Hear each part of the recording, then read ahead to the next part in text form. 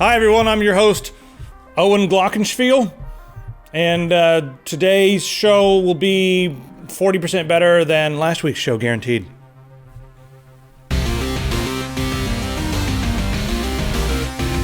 We've got like 3 games to talk about this week, so our what we're playing section is going to be a little longer. Stay tuned for that.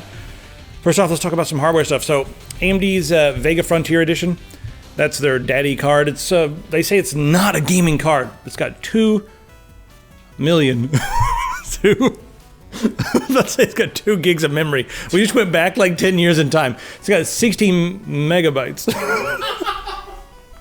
I've been playing Dusk all day. My brain is like 15 years ago right now. It's like, if you haven't played Dusk, you'll see it in our what we're playing section, but it's basically an homage to games like Doom and Duke Nukem and Rise of the Triad and all that stuff. I can't do it. 16 gigabytes of HBM2 memory. All right, so we got 16 gigs of memory on this card, and there's 2 different versions, water-cooled and an air-cooled version. Air-cooled version, $1,000. Water-cooled, $1,500. TDP 300, TDP 375 as far as the watts go. They have been putting this up against the NVIDIA Titan, the newest Titan X or whatever, what they call the Titan XP. I don't have one. They're putting it up against that, and they're showing just, how well it can do productivity things. They're running some different 3D software, Cinebench and stuff, and it's winning by 2030, maybe a little bit more than that. So it's really winning there. They're saying, listen, guys, this is not for gaming. It's not a gaming card. It's really made to disrupt the market. So AMD has been pretty much just disrupting everything this year. They showed up with their Threadripper that's really disrupting the Xeon market. Hell, even the Ryzen stuff is disrupting the high-end, i7s, but also the Xeons. And they're not exactly disrupting the gaming market because the performance is around the lines of like a 1080, a 1080 Ti, and so it's more expensive than those for gaming. However, if you're making a game, this is probably the card you're going to want because the power that you're going to get out of this is about the equivalent to a $4,000, $5,000, maybe even a $6,000 Quadro. So that's about where it is. Not too shabby. And it'll also play the games back. They, here at PC World, they were allowed to play some games. And side by side, they said they really couldn't tell any of the gameplay apart from the Titan X. But they weren't allowed to do any benchmarks yet. This card will be really beneficial if you're running a game development studio, rendering house, whatever. It'll be interesting to see how disruptive this is once it comes out. So guys, AMD, they've been screwing with Intel. They've messed up, and actually NVIDIA and Intel are probably the best. Actually, no, they are the best. And, okay, we're good here. That's to the people of Louisville and the mayor of Louisville and the federal judge in Louisville who said no to at&t. Let me tell you what's going on in Louisville. at&t is trying to stop the rollout of Google Fiber, and they're doing so with some very Polish methods. Is that racist? Polish as in they don't want people messing with the utility poles? We're going to roll with this, right? Yeah. I mean, it's not like there's any racial tension in the country at all or anything like that, so we can probably get away with this one. So what happened is at&t, they've been suing the city of Louisville for allowing people to go in and easily access the poles, as in the utility poles. Now before, in order to go in and install new service, what you would have to do is you would have to get every single service or every single, utility like at&t and Comcast. Every one of those guys would have to sign off on it, number one. And then those guys would have to come out to the pole to move their equipment over to make room. And that takes forever. And then they would drag their feet as long as possible to make sure that none of the smaller companies or bigger companies like Google could get their stuff installed. It was just a ridiculous way to use the systems and the bureaucracy to, keep their monopoly in place, number one, and also make it so that they have no competition. That's kind of the same thing. So anyway, they've sued the city of Louisville, and the judge was like, shut up. Because what they've done in Louisville is they've said, listen, we're going to streamline this process, and Google, those guys know what they're doing. While they're up there, they can move the different lines for the competition. We don't have to have everyone sign off on this stuff. We are a city, and we are allowed to control our own infrastructure, so Google can do this if they want to. And it's going to pave the way for other companies, smaller companies, to be able to also run their own infrastructure without having to jump through a million different hoops. So hats off to you guys in Louisville. Hats off to the federal judge who ruled on that case. More shitty news from the world of internet. Cox has now started charging the $50 extra a month for unlimited data. So just like Comcast has done. Way back when we had a thing, we had a beautiful thing, we had unlimited data. And it was just part of your plan. If you get the internet, you get the internet. And you're not paying for data because data doesn't really cost anything. It's just a low voltage electrical current coming to your house. So as long as they have enough bandwidth, whatever, you're using the internet. Data is not a mineable resource. It's not something that's finite that's just going to run out. As long as you have electricity, you have data. Anyway, they started, artificially capping this stuff and then saying, oh, if you want more data, as if it were a tangible thing, other than electricity, you got to pay extra for it. And now Cox is doing that. So who's next on the list? Who's going to go down and down this path of just being great? You already have the stupid, rentable modem router things that you guys are throwing into people's houses, and they're like $40 worth of router. You guys are charging $15 a month for. You already have that. You're making billions of extra dollars for nothing. Do you really need to make more money for nothing? Oh yeah, I keep forgetting how corporations work. They just make more money for nothing. Anyway, let's talk about some more disruption. Netflix is going to be spending $7 billion on content in 2018. I want to know from you guys. I'm just curious. Netflix, they've done a lot of original IP, some really cool stuff. I want to know, number one, what is your favorite Netflix original IP? I'm not talking like the Marvel stuff or whatever. What's like something original that they've done, like Stranger Things? Probably be my choice. I mean, House of Cards was one of the first big ones. But what is your favorite original Netflix IP? And then I want to know if they, they've done the Marvel stuff and they've gone into a few different universes and bought up stuff. If they could go grab anything, what would you want them to grab? People over here yelling Firefly, but guys, they're too old. It's too late. It's too late for Firefly. I'm sorry. Unless they do a new cast in a new universe. I don't know. It wouldn't be the same kind of space cowboy feel. I'll mention this $7 billion thing. It's up from the last few years. And of course, there's lots of complaining from different TV companies like, how can we deal with this crap? It's a new universe, and now you've got companies like Amazon and Netflix who were one thing, now becoming content creators, and that's become the drive to, I guess that's become not the drive, but that's the draw. So they can't draw people in with, other content, and if they lose a lot of their licenses, they're like, screw it, we're going to do it ourselves. Robots healing themselves. This is going to be a lot of fun. So robots, you got a couple different types of robots, right? You got the soft body robots that are like made out of rubbers and stuff like that, but they're usually pretty soft, and when handling sharp objects or hard objects, they can get scuffed or cut. So that's kind of rough. And then you have the other type that are just like the metal robots. They're not flexible. They rely upon servos and joints and that sort of thing. But those sometimes are not as delicate as they should be. I guess they could get more and more delicate. But what we really need in the future is soft body that can heal itself. And here they've been able to achieve that. I'll just make it as simple as possible. What they've done is they've created the material that, if it gets cut or something like that, it heats up. And once they heat it to around 80 C, which is pretty hot, everything starts to bond back together, like the actual molecules will start to bond back together, and then they cool it back down. And once they cool it back down, it's almost as if it never happened. Very similar to like healing your skin. All right, we need to go a little bit farther than that. And we'll do that right here. Oxford University has developed a new 3D bioprinter, and they're going to be able to build organs and tissues out of this. So yeah, they throw cells onto a thing, and it's basically printing biological matter. Now, this is going to be great for, in the future as we I need like a perfect skin graft or something like that. Yeah, they can be able to print you something instead of having to, graft it from somewhere else or whatever. Just print you some new skin for burns and that sort of thing. New organs, that would be really cool, printing new organs. But let's go, again, I like to look at the future implications of these things. Let's go like 10, 15 years in the future, where we have, the rubber polymer and stuff that they're using for the robots. Yeah, they're going to phase that out in favor of 3D printing actual skin for these things, because, skin, it's alive, and it can heal itself in a different way. Maybe it's not the most efficient way, but if they can combine the two, it can actually heal quicker. Oh no. Self-healing robots that look a lot like us with skin, but it's more efficient skin that can heal faster. I'd like to see him heal from a shotgun blast to the face. We'll call it Bruce Campbell. Print tattoos and stuff on the skin? They could actually print the skin with tattoos pre-installed. That'd be interesting. Pre-installed tattoos. I guess they could print any color skin you want. Oh, this is going to be great for the sex industry.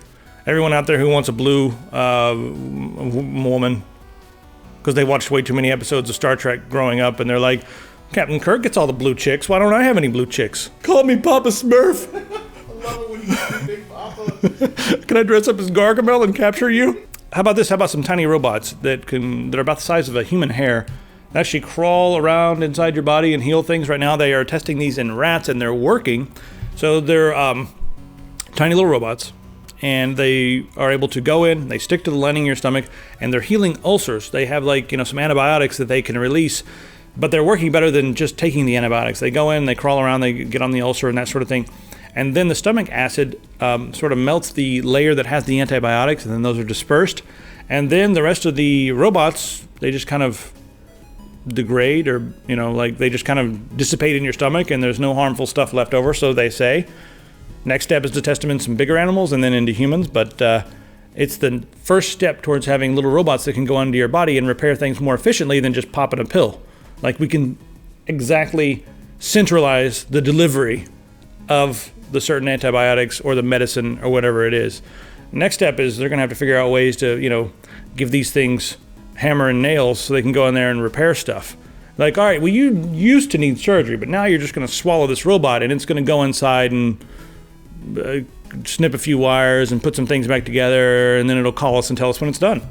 That's next step. All right, more science. Science has been fun this week. We have a possible new state of matter. Not totally sure yet, but superconductivity, or a superconductive state of matter. So we had, like our standard vapor and liquid and then, solid. But then there was the, plasma. And then they had the Bose-Einstein condensate. That was the other one. And now this one is a material that when it's really, really, really, really cold becomes a superconductor. And what does that mean? So, God, it's hard to explain these things without having a long time to explain them. So if it's a superconductor, it can basically be about the size of a strand of hair and conduct enough to power a city. Essentially, this is I'm trying to just make this basic, and I figure if you guys want to get really into it, you can go read deeper into some of the white papers and stuff on this. But it's pretty exciting because if they are able to prove that this is another form of matter, and if they can figure out how and why it happens, because a lot of materials, all the way down to absolute zero, do not become like this. But if they can find the materials that, when made very, very, very cold, can be like this, they may be able to create some new devices that have extreme superconductivity. Can you go outside in the hallway and just murder whoever's there? Yeah. All right, thanks very much. Let's have a word from Doug. Over the course of their lifetime, the average human will produce enough saliva to fill 2 Olympic-sized swimming pools. All right, let's go over and see what we're playing.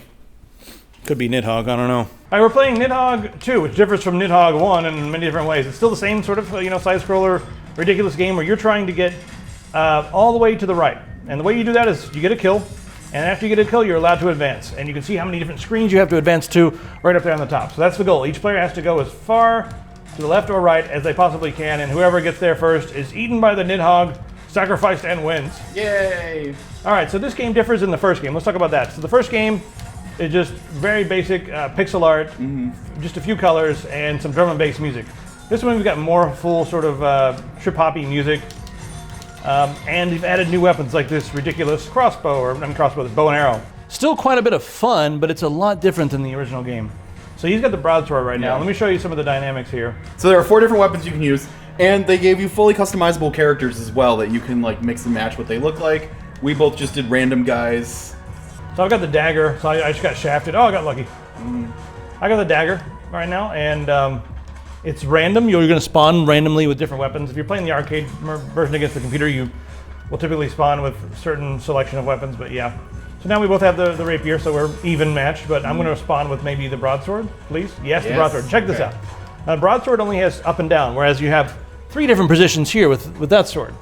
But this broadsword, if I swing it at him, it disarms him. So the balance of the game is now gone because I was spawned with a different sword. He just has to hope that he can get the drop on me. Another thing that's interesting, let's do a drop kick on me right up here. Hit me with a drop kick.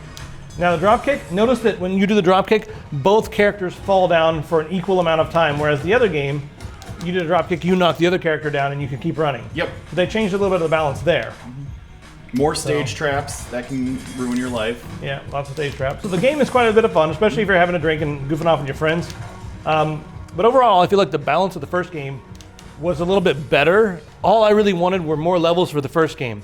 Yeah. Also, the mutators that made the first game really awesome, like low gravity mode and frog mode, where you just hopped around the screen. I haven't found those yet. Let's see if we can find those. It feels very reminiscent of Clay Fighter, almost. Yeah, a little more fluid than that. I like pretty much the original better in every way so far. Well, that's me. Mm-hmm. We don't have the mutators that made the first game so ridiculous. So the mutators did something ridiculous in the old game, like whether it was low gravity mode or mini mode or whatever. Yeah. But they gave the same handicap to both sides, so the game always felt even. This does not feel nearly as even as the first game. It's still a ton of fun, but the balance is no longer there. Still going to be something we do play on the big screen and goof off with quite a bit, just because there's more variety, more levels. Mm-hmm. But I'll complain every time you get a broadsword. I'm complaining. Can't wait for that. Ah! No! No, get back here! Oh! Aha! I will fall off this pit instead. Run! Ah! Get out of here! Right in the dick! Run! Ah! So there's still going to be a lot of yelling going on. It's fun. Alright, don't get me wrong, the game is a lot of fun. It's just not as balanced as the first game. Oh! Why does this keep happening? Because it lets you keep stabbing them until they... Oh. They can just keep stabbing you. Ah! From point blank. Alright, so that's the game. Sword. So I am playing Agents of Mayhem, which has been kind of set with mixed reviews from a lot of people lately, but I've kind of been enjoying it for what it is. Downside to it, it's a little bit repetitive in terms of their mission. All the missions are just going to this place, kill a bunch of people, you know, move on, repeat. Well, the game kind of lacks in that kind of content. It makes up for it having pretty good characters that are very endearing in terms of like their stories and stuff, and they also each have kind of pretty unique powers that make it so you don't feel like this character is just a clone of this character or anything like that. So the overall idea is this is set in the Saints Row universe. It ultimately doesn't have too much to do with it otherwise, aside from some of the characters and things like that. But you yeah, Johnny Gat, who's right here. Look, it's Johnny Gat. You get to pick a team of 3 and build up your own squad and everything, and then go run these missions and stuff, and then you level them up as you go through, and then you unlock new gadgets and things like that that you can then use to soup up your characters, give them different attacks and things like that, and basically cause a lot of mayhem and destruction throughout, you know, the world at large. I'm enjoying this game only because I like the occasional mindless, like, just blow shit up kind of game. Just switch off and play. Yep. You don't really have to think that hard. You just get to blow shit up, drive around, you know, things like that. And that's fun to take a break from, you know, games that really make you think in puzzle solvers and stuff. Just kind of blow things up. You get a lot of cool over-the-top powers and stuff to deal with. Main storyline has some really nice animated cinematics to it. I think I might see one right here. So this kind of feels like a mix of a lot of different games. We were jokingly calling it Overcrack Roaderlands. Overcrack Roaderlands. If you want to blow shit up, this is perfect for you. If you're looking for a rich storyline or anything like that, or gameplay that's new and different, you're not going to get it here. But if you like the Saints Row kind of stuff and you like just kind of mindless violence games, this is right up your alley. This pixelated mess of a DOS game. I'm playing Dusk, made by Dave and David. That's David Szymanski and Dave Oshry. Now, Dave Oshry is someone that we've interviewed before. Worked with the guys from Rise of the Triad. And they put together this game that's sort of an homage throwback to the old school games like Doom, Wolfenstein, the original Rise of the Triad. What have I got? I picked up something. Oh, I'm Hyperspeed mode. This is wonderful. Now, they've taken some of the ideas from back then and they've modernized them, and I'm going to show you what it looks like when it's modernized. I'm playing it in the very retro pixelated mode right now. Hey, buddy. These speakers are not happy. Live bloom. Limited palette off. And pixelation down. I'm going to leave the bilinear filtering. I'll put it on just for now. There we go. Now we're running 4K. Hey, stop that.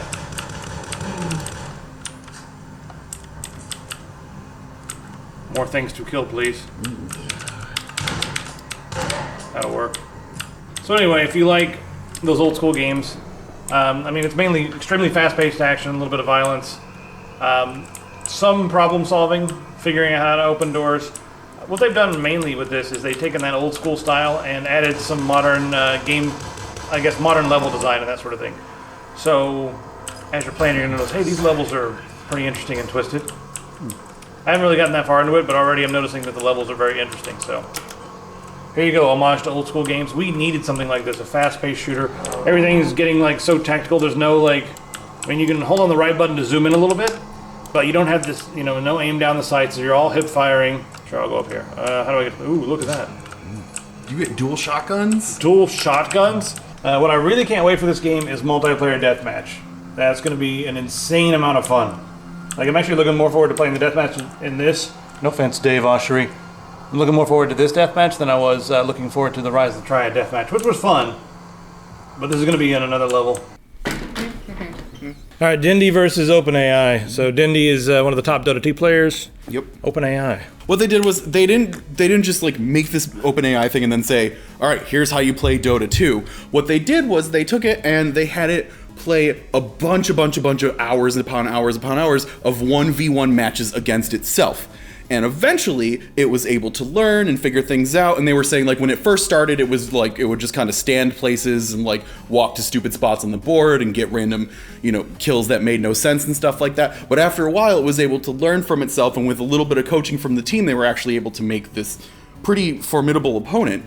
So then they had to go up against Dendy, who is, like, one of the guys in Dota. And in a 1v1, what's the name of the character that they... It was a 1v1 with a specific character. Who was it? Shadow Fiend. That's what it is. So it was a 1v1 Shadow Fiend match. So right now, the AI is only able to really operate in a 1v1 Shadow Fiend versus Shadow Fiend match. But it's the specific thing. That's what it knows. Yes, that's what it knows, but it's really, really good at it. So they were even having competitions where they had like 50 exclusive items that if the first 50 people that could actually sit down and beat it would get to unlock in the game and stuff like that, which eventually they were able to do, but the people had to do it by using, you know, like cheap methods and things like that that otherwise would be kind of considered poor sportsmanship, I guess. I feel like with a lot of the AI right now, we have AI that's not pure AI in the sense that, like, if it was pure AI, it could figure the game out as a whole, like a human, and it could sit back and be like, you know what, I can use any character and kind of just play and like get the idea. But it's really specific to certain use cases that it's trial and error over and over and over and over and over again. So letting it go by itself and trying all these certain things. When AI gets to the point where it can just like kind of sit down and feel its way through something like a human and like it doesn't start off standing in corners and stuff, that's when I want to be like, whoa, we got to like keep an eye on this AI. When it's got the basics down already. Yeah, it just sits down and it's like, oh, I got a feel for this. I understand. You know, I got a kind of this is one of these. All right. So this is interesting. Yes. So Blizzard announced that they are changing the name of Blizzard Tech back to BattleNet. After they made the announcement, there was a lot of upset and some confusion amongst the fans. A lot of people were like, oh, but it's been BattleNet forever. Why are you going to change it? You know, kind of things like that. So, but they're going back to the tried and true BattleNet, which everyone was calling it anyways. So they figured they'd just roll with it. I think it's really weird that they actually doing what their fans want and like here. And plus, it's really dumb that they changed their name. Like, what kind of a company would do that and then change their name back? That's really silly. Right? Are you Blizzard Tech Syndicate, or are you Blizzard Tech Syndicate? This just in, Blizzard is actually changing the name of BattleNet to CritNet. Hey, emails, you can send them to inbox at techsyndicate.com. Ask us anything except that. Guys, let's get a t-shirt. Unless you're a Nazi, I don't want your money. Yeah, the rest of you not scum can buy our... Can I rant about something for just 1 second about all this stuff? Because God, all this stuff is ridiculous this week. It is Rant 30, it is. So you're welcome to go ahead. Someone jumped on Twitter and said, oh my God, you're one of those Antifa weirdos. Antifa means anti-fascist, but I know it's the whole group that wears black bloc and goes out and slaps people in the head with sticks and throws things through windows when they're upset about Trump winning and all that stuff. I think both sides are kind of silly, like going out and breaking things because someone feels differently than you. That's just wrong. Stupid. But standing up to bullies is cool, but here's the thing. Every one of us should be an anti-fascist, right? Since we won World War II, I think that a human in America is by default typically an anti-fascist, and it's very strange that we have people online shaming people for being like, oh, you bunch of anti-fascists. Isn't that what we all kind of are? Like, right? Aren't we supposed to stand up against, racism, bigotry, and just blind hatred for people who look different than you do? Isn't that what we're supposed to stand for as a country? Now, give me that intolerance will not be tolerated shirt. Oh yeah. Now more than ever. Now it's time, after that message, that heartfelt message, it's time to freaking Plug ourselves. sell out to ourselves. All right, guys, seriously though.